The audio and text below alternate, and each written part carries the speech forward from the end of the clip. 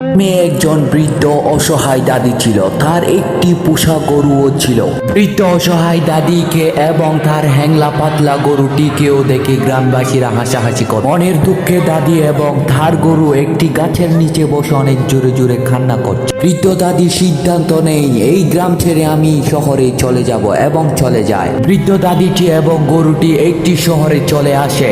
শহরের রাস্তায় হাঁটছে। বৃদ্ধ দাদি একটি বড় কমলা বাগানে যায় এবং কমলা বাগানের মালিককে সব কথা খুলে বলে। সেই কমলা বাগানের বৃদ্ধ দাদাটি দাদিকে ফ্রিতে অনেকগুলো কমলা দিয়ে দেয়। বৃদ্ধ দাদি এবং গরুটি সেই কমলাগুলো নিয়ে বাজারে বিক্রি করতেছে এবং অনেকগুলো টাকা পায়। বৃদ্ধ দাদি কমলা বিক্রি করতে করতে একদিন অনেক বড় লোক হয়ে যায়। বৃদ্ধ দাদি অনেক ইয়ং হয়ে যায় এবং মোটা তাজা হয়ে যায়। বৃদ্ধ দাদি গরুটিকে নিয়ে সেই গ্রামে আবারও ফিরে আসে। গ্রামবাসীরা দাদির পরিবর্তন দেখে অবাক হয়ে যায়। বৃদ্ধ দাদি এত পরিশ্রম করার পরও তোমরা কেউ লাইক সাবস্ক্রাইব করছো না।